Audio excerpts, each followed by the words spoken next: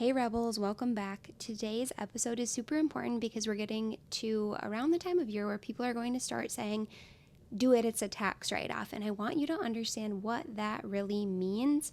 And I also want to have a little chat with you if you've ever looked at your numbers and thought, where the heck is all my money going? Most spiritual and creative entrepreneurs don't realize that you might think that you're manifesting wealth, but if you're ignoring your numbers, if you're missing key tax write-offs, or if you're avoiding financial systems out of fear or confusion, you're actually blocking your abundance. Yeah, the IRS might not be your BFF, but she will reward you for knowing what to write off.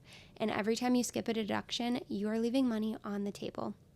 So, if you're ready to feel powerful about your numbers and keep more cash in your business, keep listening. My guest today is the ultimate numbers queen, Danielle Hayden. She's co-founder and CEO of Kickstart Accounting, and honestly, she is the financial support system that every entrepreneur wishes they had when they started. Danielle's on a mission to help female founders actually understand their books, not just pass them off to a dusty spreadsheet or a stressed out accountant once a year.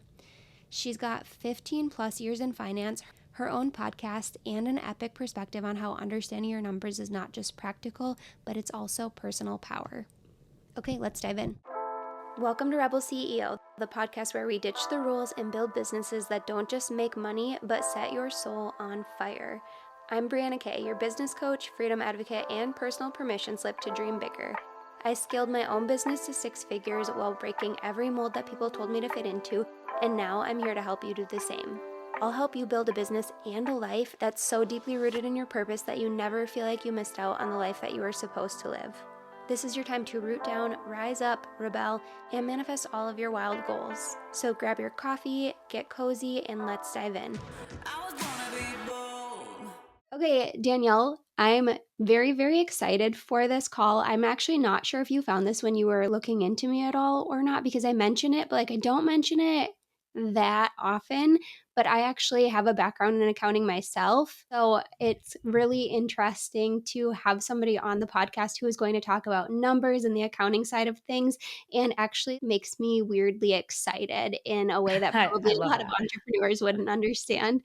So to get started, do you just want to share who you are as a soul and a human?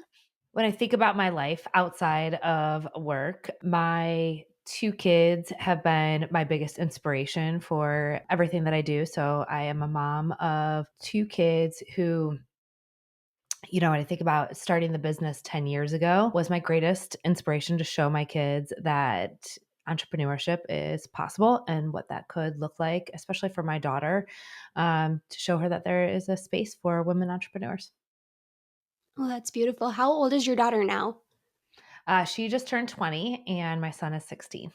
Okay, so is she showing any signs or is he showing any signs of like wanting to start their own business or go down that route themselves? So my daughter's surprising me in a more traditional route of college and looking at accounting and the tech industry. My son, I think, will eventually be an entrepreneur in a trades industry. He makes me laugh in that at school, he'll tell me, "No, mom, I don't actually need to know how to create the PowerPoint presentation. Either my assistant or AI will do it. So I actually don't need that class." Okay, all right. All right, smart kid, I like it. Yeah. PowerPoint presentations or like presentation slides in general are the worst to put together. I don't know what it is. So, Yeah. also with your daughter, I feel like there's still so much room for her to change her mind and pivot because that was how I was. I went to school for accounting for a period of time. I definitely dropped out of college, but I did do some of it and then worked in the field. And then it took me actually being in the field to be like, you know what, this isn't quite what I thought that it was working in an office for somebody else. So there's still so much life ahead of both of them. So So I'm much time. excited. Yeah, I'm Yes. excited to see like where they do eventually end up. So Me then too. did you always know that you wanted to be an entrepreneur yourself or even end up in the accounting field? So I had no idea that I would end up in accounting, which is interesting. So I actually started my career off as a hairdresser. I was a creative, loved doing that creative work. And I was going to school while I was working behind the chair. And I found this knack for explaining the numbers to the other girls who worked with me in the salon. So just helping them understand how to hit their commission goals, how to read their paycheck, how to use the numbers to succeed. And was going to school at the same time and realized, oh, there's something to this, right? Where we can use data and numbers to explain the bigger picture. So I ended up in corporate accounting where I did the same thing. I would help the business owners, investors, private equity firm use the data to make those business decisions. Originally, when I was going to school, I wanted to open up my own hair salon. So it's always ironic to hear when I think about my story that still ended up opening up a business, just a very different business than I originally thought, using that the natural gift to be able to explain, especially to creatives, how to use our numbers to make better business decisions so that we can grow and hit our goals. You kind of flip flopped the way that I did things because I was like, I'm really analytical. I like the cut and dry numbers, tried that whole route. And then I got into photography out of there. And then photography brought me to where I am now with the podcast and business coaching and digital education. So I feel like we kind of flip flopped the way that we got into where we're at now. So that's really funny. Yeah, I love And it.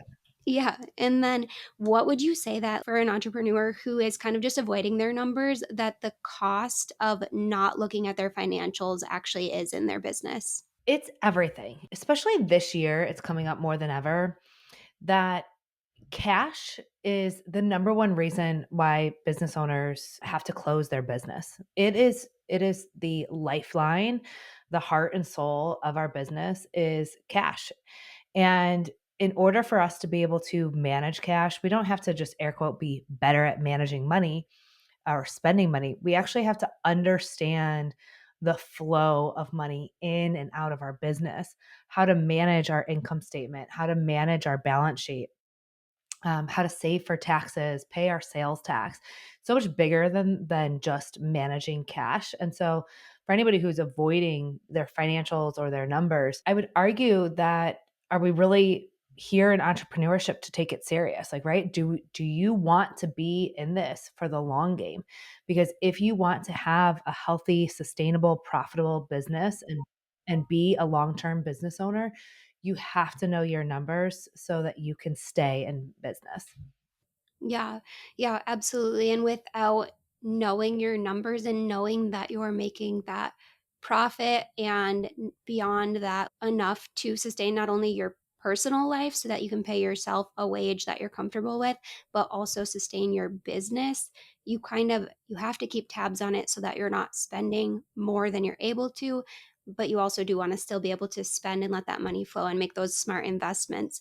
So one really good way to be strategic and smart about your money is to use tax write offs to your advantage. So, what would you say that some common tax write offs that some people might already know and be familiar with are? So, like the very baseline, you should be writing these off all the time. Yeah. So the biggest way that we can maximize our tax write-offs is to have our business and personal expenses 100% separate. When I see business owners get confused by what's a write-off, it's because we're often commingling between business and personal funds.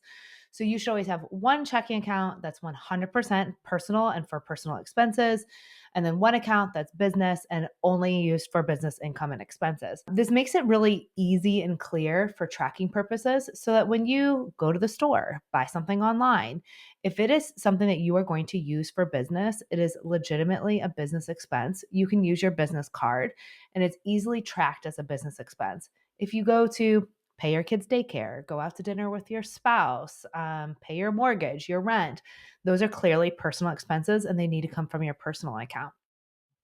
So that's the easiest way to make sure that we're maximizing those.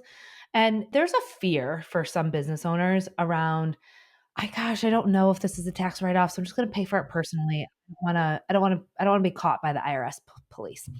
And really, I think the best way for us to capture all of those business expenses is every time that you're going to make a purchase, what is the use of that purpose? Like, who is using that? You, the business owner, or you personally? And it doesn't have to be 100% use, but 75, 80% of the use. If I am buying, pens and papers, a new printer, a piece of equipment, like who is using that expense and then purchasing it through the right account so that we can get that expense. And then what would you say the top tax write offs that most of us are missing would be? It's the little things like our home office deduction, mileage, the things that we have to keep track of that are a total pain in the butt, you guys. Like I get it. It is a pain to write down and keep track of all the different times that you traveled for business. It can be difficult and cumbersome to keep track of all of your home office expenses, so all of your home expenses, and then take a specific percentage of that, but it is worth the time and effort of keeping track of those so that you can capitalize on those deductions. Okay, yeah, for sure. And I actually have this app that automatically tracks my mileage. It's called Everlance, and I know there are other apps that do that also. And I feel like for me, that has been a lifesaver because specifically when I was shooting more often than I am now for photography, I was all over the place all the time. So not only did it capture when I was driving for engagement shoots and weddings, but also just like the little trips to the post office or to Target to get ink for my printer or all of those things, they really do add up. And then at the end of the year, I had thousands in tax deductions from my mileage because I just drove so much. So then when we're taking the mileage and we're using mileage on our taxes, also just to clarify for listeners, because we're talking about keeping your expenses separate between personal and business. Let's say somebody stops at a gas station because they're on their way somewhere for work. Do they put that on their business card or do they put that on their personal card if they're intending to claim their mileage at the end of the year? Yes, great question. So if you're intending on claiming your mileage, then you would pay for that gas personally. So you can't double dip by taking both mileage and gas. So your personal account would pay for the gas, the car loan, your lease, repairs, maintenance, and then you take the mileage.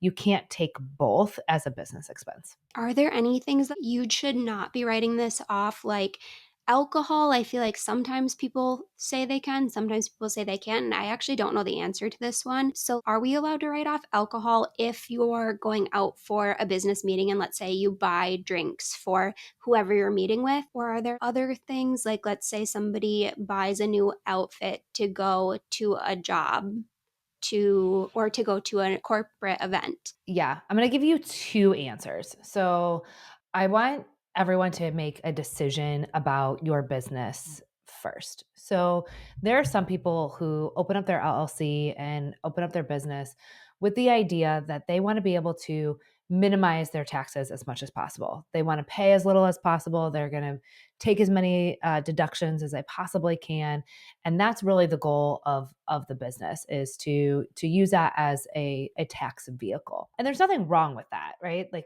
for somebody like that, you're going to often choose to put that on your business card, and you're going to have you're more often than not going to be more lenient with what you accept as a business expense. There's other businesses who say, I really want to use my business as a vehicle to create long-term wealth for myself and for this business. And legacy might be more important for this person, where you want to hire a team, yourself as a S corp, pay yourself payroll. For you, it might be more important to be able to pay yourself through payroll and be able to secure a home loan or an auto loan and show profit in the business so that you are a healthy, sustainable, profitable business. Maybe you want to take in investments in the future or a line of credit. And so when you're operating a business like that, you might take less in deductions. And so I bring that up in that I want you to have a methodology to approach your business first and foremost. Now, I want to answer your specific question, especially around clothing. So the IRS stance on that is that unless you have a logo on your clothing, it is not considered a uniform. So if you just go to Nordstrom and pick up a new outfit and you can use that outfit both inside and outside of work, that is not actually a business deduction. Now, you can still claim the deduction, and if the IRS audits you, they will not allow that deduction and you'll pay the penalties and interest on that tax liability. So it really depends on what CPA you are working with and what you choose to take on for risk tolerance. The overall stance on that is that unless it has your logo, it's not a business deduction and that you would want to pay for that personally. So you're taking in your gross income, which is the total amount of income you take in. You subtract all of your deductions, tax time, and whatnot, and then you get your net income. So, and all of your expenses, obviously. So, for somebody who's trying to possibly buy a home, let's say they're the primary breadwinner of their house, or they're trying to buy a home by themselves and they're fully self employed, that might be something that they want to consider on their taxes, because if they're taking as many deductions as they can, then their net income is going to be significantly lower, which could be dramatically different from their gross income. And they may or may not be as likely to be approved for that home loan, especially because it can just get a little bit stickier when we're self employed to get approved for things like that. So, is there anything specific that you would say to the woman who is trying to save up to plan for these big purchases come tax time? Yeah.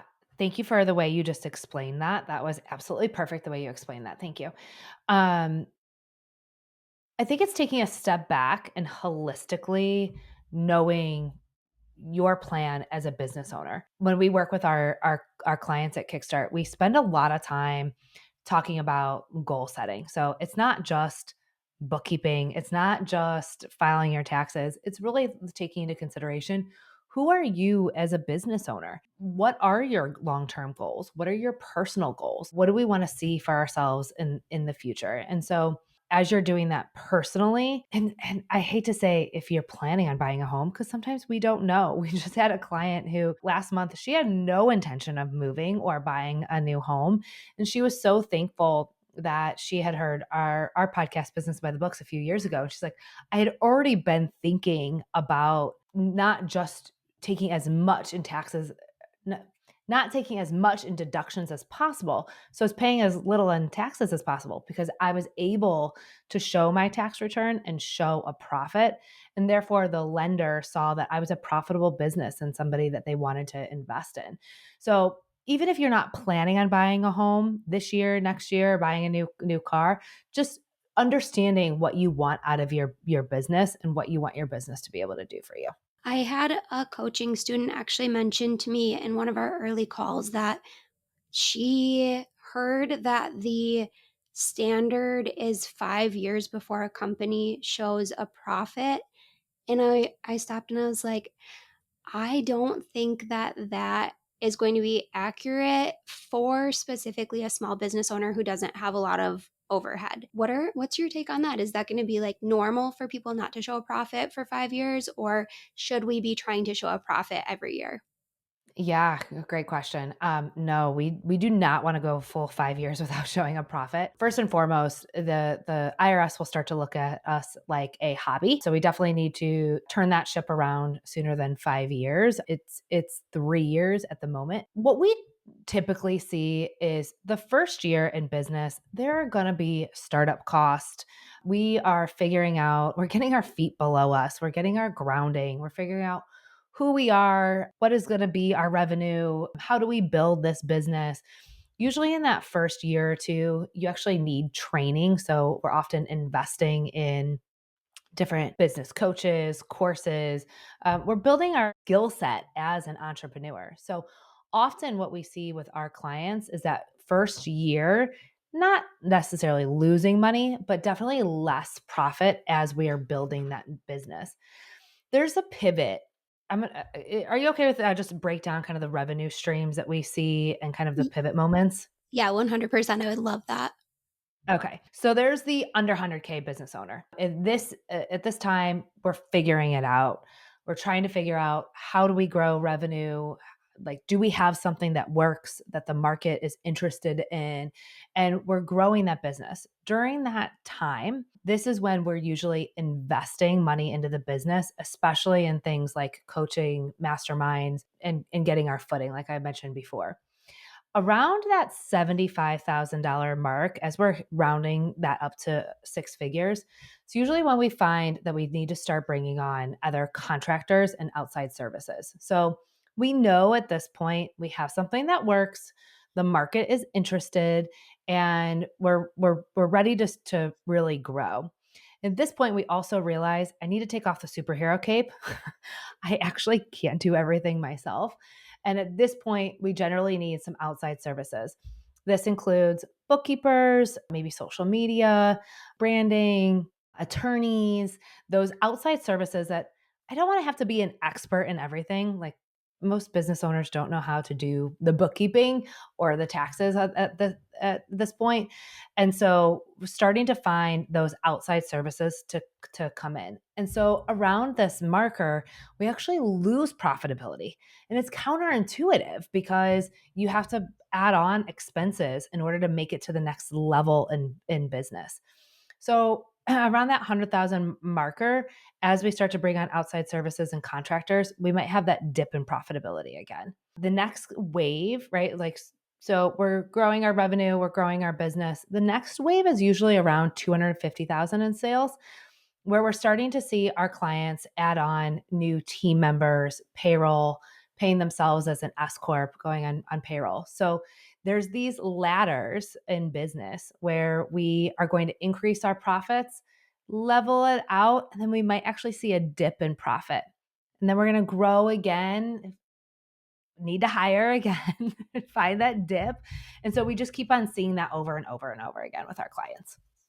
Okay, so do you think the businesses that are scared to hire around those times kind of plateau themselves and prevent themselves from growing? Oh my gosh, yes. This is the biggest thing that I see with our clients in entrepreneurship in general. Our clients who plateau, yeah, they come onto calls. Okay. So we do financial review calls with our clients, and they'll come on calls and they got their shoulders up to their ears and they look like they're terrified, like they're so scared. And they'll, they'll universally say, okay, tell me where I have to cut back on spending. And I'm like, whoa, cut back on spending? You don't need to cut back on spending. If you are telling me as a business owner that your goal is to grow top line revenue, like you want to grow as a business owner, we have to be spending money intentionally in order to hit our goals. And so when we're not able to spend to get support and to get access to the resources we need to get to the next level, we're not going to make it to the next level. Yeah, it's like the concept of would you give somebody $1,000 if they were going to give you $10,000 back? Because when you are investing in people to help you with your business, you're also able to put them to use in different areas that ideally most of those areas should provide a return. Most, if not all, should provide a return, whether that's a return of income or new leads coming in, or even just a return of your time so you can focus your time on the money makers. And that's the biggest thing is our time isn't free. As business owners, our time is not free. And we are not experts at everything that we do. Gosh, I am not an expert in everything. And so we need to have the experts in our business in order to help us level up.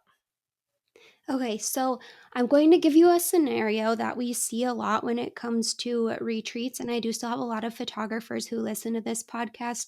So a lot of them do content retreats occasionally where they travel to other countries or other states.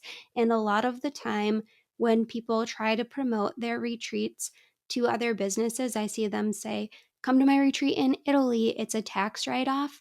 And a lot of the time, people who don't fully understand tax write offs think of that as free money, when in Mhm. reality, that trip to Italy, maybe they will get the knowledge and the oomph that they need to come back refreshed, and they'll actually make money from it, which is the goal, and that'd be amazing.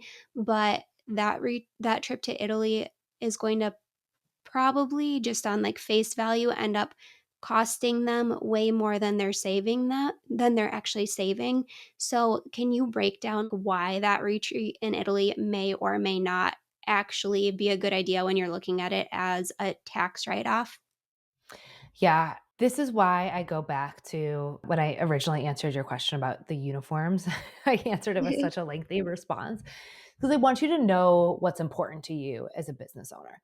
So, if you are in business to be able to take luxury retreats to Italy, and that's what's most important to you is to be able to have tax write offs and take tax write off vacations and pay as little in taxes as possible, then that's going to be really important to you.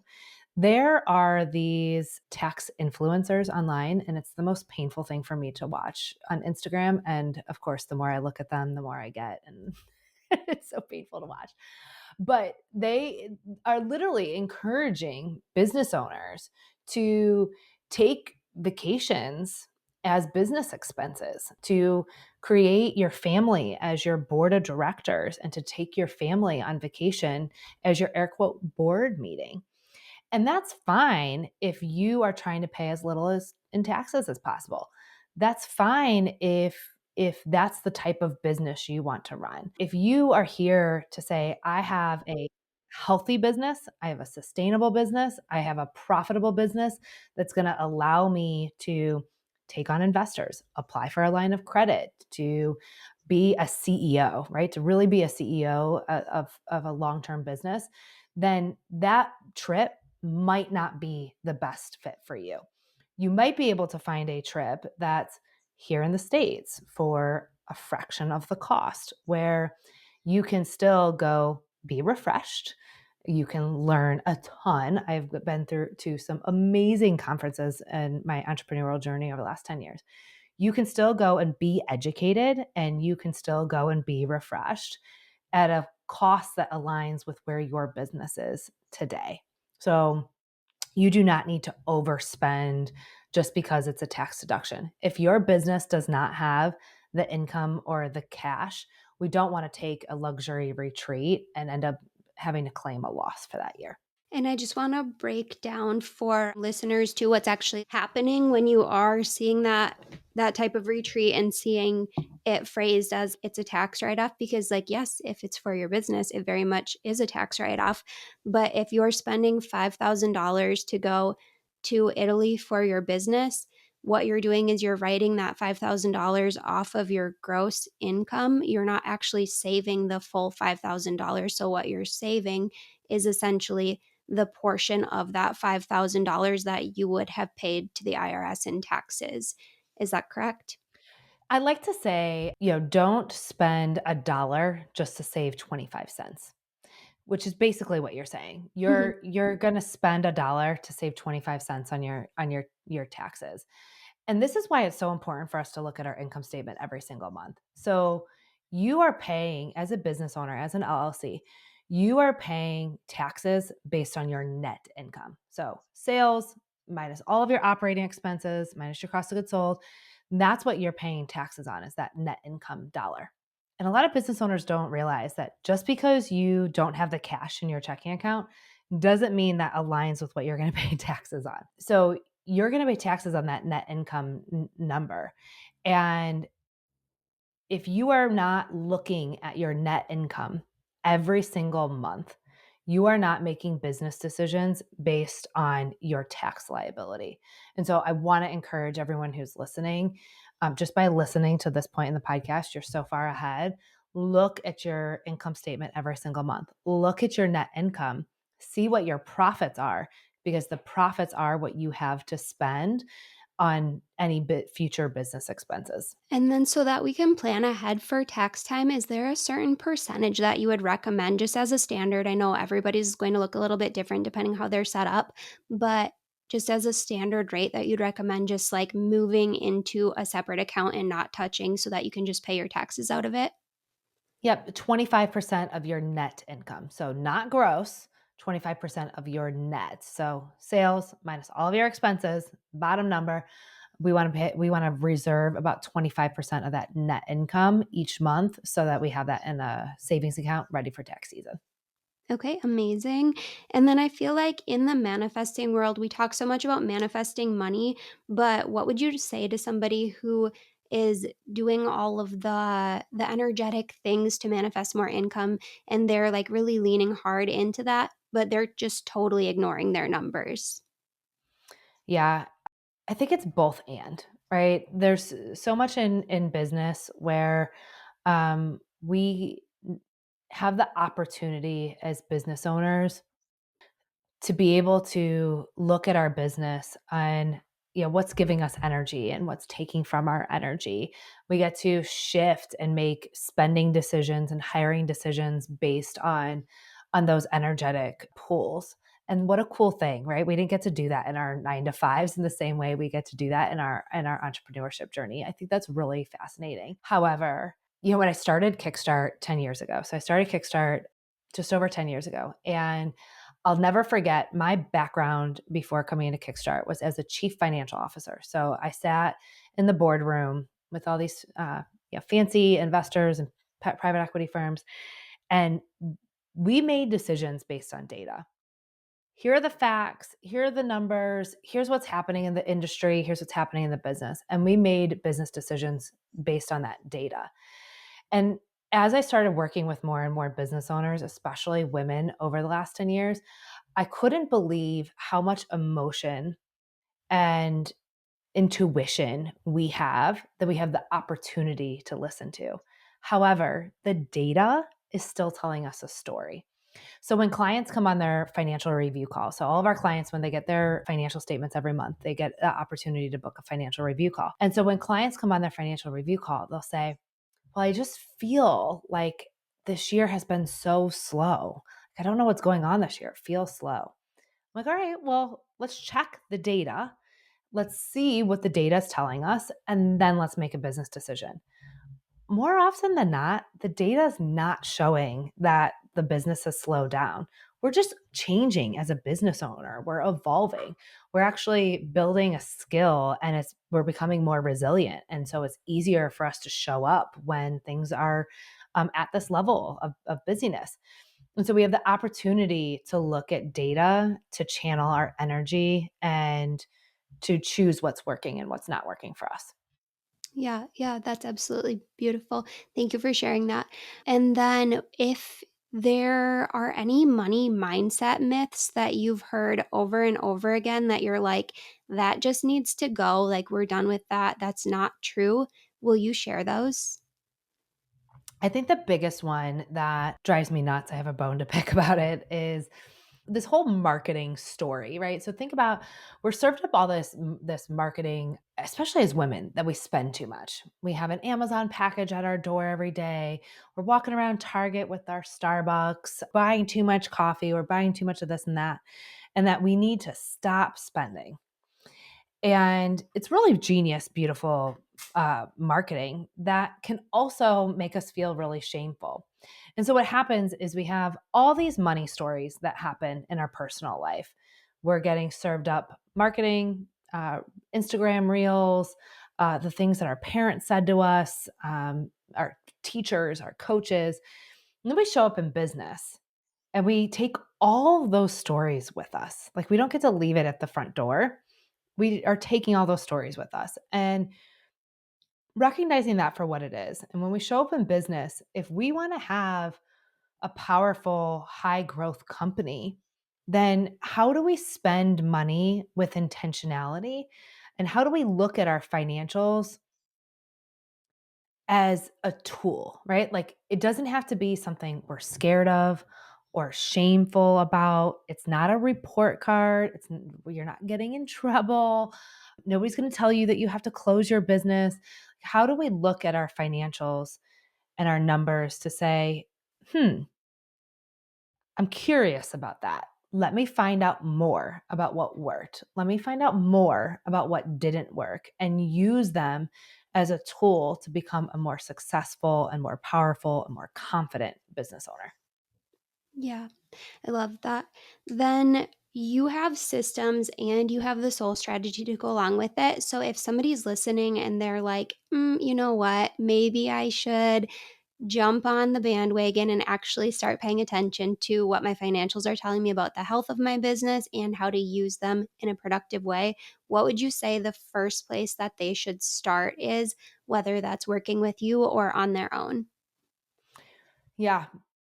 So I believe that every business owner deserves to have a money team. No matter how early in business that you are, I believe that you deserve a money team. It is the whole reason why we do what we do at Kickstart. And a money team will support you to celebrate the good times, to keep track of everything for you, to keep you organized, help you feel confident, empowered, supported during downtimes. So having that money team, I think, is one of the most important first hires that we can make in business. And so even if it's not my company, find a bookkeeper who can help keep you organized. It's not your zone of genius. It's likely not your zone of genius.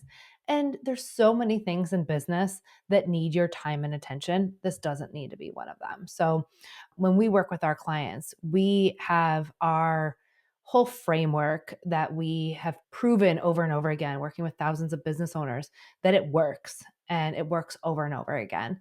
And so, find a framework and a company and a team that can help you become a confident CEO, because we all deserve that. Yeah. So then, if somebody's listening and they want to follow along or possibly start working with you, where can they find you?